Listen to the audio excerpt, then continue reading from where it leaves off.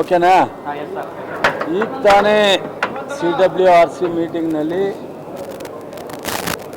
Approximately 1 TMC 12,000 ಅಂದರೆ 11,000ಕ್ಕೆ 1 TMC ಆಗುತ್ತೆ. 12,000 ಕ್ಯೂಸೆಕ್ಸ್ನ per day ಬಿಡಬೇಕು ಅಂತೇಳಿ ಆದೇಶ ಆಗಿದೆ. ಈಗಾಗಲೇ ಕಳೆದ ಮೊದಲನೇ ಮೀಟಿಂಗ್ನಲ್ಲಿ 3,500 ಕ್ಯೂಸೆಕ್ಸ್ ಬಿಟ್ಟಾಗಲೇ ಕಷ್ಟ ಆಗಿ ನಾವು ಬಿಡಲಿಕ್ಕಾಗಿಲ್ಲ. ಜೊತೆಗೆ ಅದೇ ಟೈಮ್ನಲ್ಲಿ ಮಳೆ ಬಿದ್ದು ಕಬಿನಿಯಿಂದ ಜಾಸ್ತಿ ಹೋಗಿದೆ.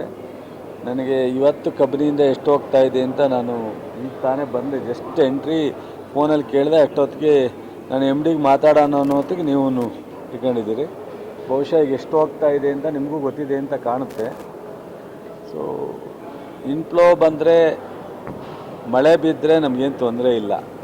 ಮಳೆ ಬೀಳದೆ ಕಡಿಮೆ ಆಯ್ತಾ ಬಂದರೆ ಇನ್ಫ್ಲೋ ಕಬಿನಿನಲ್ಲಿ, ಆರಂಗಿನಲ್ಲಿ, ಹೇಮಾವತಿನಲ್ಲಿ, KRSಲ್ಲಿ ನಿಂತೋದ್ರೆ ನಮಗೆ ಕುಡಿಯೋ ನೀರಿನ ಸಮಸ್ಯೆ ಇದೆ. ನಾವು ತಿರ್ಗಾ CWMAನೂ ಇದೇ ಕೊಡ್ತಾರೆ, CWRCನೂ ಇದೇ ಕೊಡ್ತಾರೆ.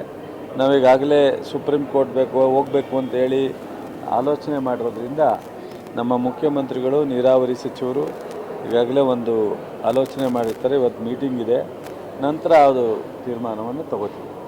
ಸದ್ಯಕ್ಕೆ ಬಹುಶಃ ಮುಖ್ಯಮಂತ್ರಿಗಳು ಈ ಒಂದು ಕೂಡಲೇ ತೀರ್ಮಾನ ತಗೊಳ್ಳಿಕ್ಕೆ ಕಷ್ಟ ಆಗುತ್ತೆ. ಜಲಸಂಪನ್ಮೂಲ ಇಲಾಖೆಗೆ ಮತ್ತು CWRC ಮುಂದೆ, ನಮ್ಮ CWMA ಮುಂದೆ ನಮ್ಮ ಅಧಿಕಾರಿಗಳು ಮತ್ತು ಲೀಗಲ್ ಟೀಮು ಫೈಟ್ ಮಾಡಿ ಸುಪ್ರೀಂ ಕೋರ್ಟ್ಗೆ ಹೋಗಬೇಕಾಗುತ್ತೆ ಅಂತ ನನ್ನ ಅನಿಕೆ. ಬಟ್ ಎನಿವೇ ನೀರಾವರಿ ಸಚಿವರು ಮತ್ತು ಮುಖ್ಯಮಂತ್ರಿಗಳ ಜೊತೆ ಮಾತಾಡ್ತಾರೆ. ಈಗ ಗುರುವಾರದಿಂದ ಅಧಿವೇಶನ ಸ್ಟಾರ್ಟ್ ಆಗ್ತಾ ಇದೆ, ಖಾತೆ ಹಂಚಿಕೆ ಆಗಿಲ್ಲ, ಯಾರು ಯಾವ ಖಾತೆ ಯಾವ ಇಲಾಖೆ ಉತ್ತರ ಕೊಡಬೇಕು? ಎಲ್ಲ ಕೊಡ್ತೀವಿ. ಸರ್ಕಾರ ಕೊಡುತ್ತೆ. ಖಾತೆ ಹಂಚುತ್ತಾರೆ ಮುಖ್ಯಮಂತ್ರಿಗಳು. ಆದಷ್ಟು ಇವತ್ತೇ ಕೊಡ್ಬೋದು ಅಥವಾ ನಾಳೆ ಕೊಡ್ಬೋದು ಅಂತ ಉತ್ತರ ಹೇಳಲಿಕ್ಕೆ ಏನು ತೊಂದರೆ ಇಲ್ಲ. ಗೊಂದಲ ಏನಿಲ್ಲ. ಸಹಜವಾಗಿ ಹೊಸ ಮಂತ್ರಿಮಂಡಲ ಎಕ್ಸ್ಪೆನ್ಷನ್ ಆಗಿರೋದ್ರಿಂದ ಸ್ವಲ್ಪ ಆ ಕಡೆ ಈ ಕಡೆ ಇರುತ್ತೆ.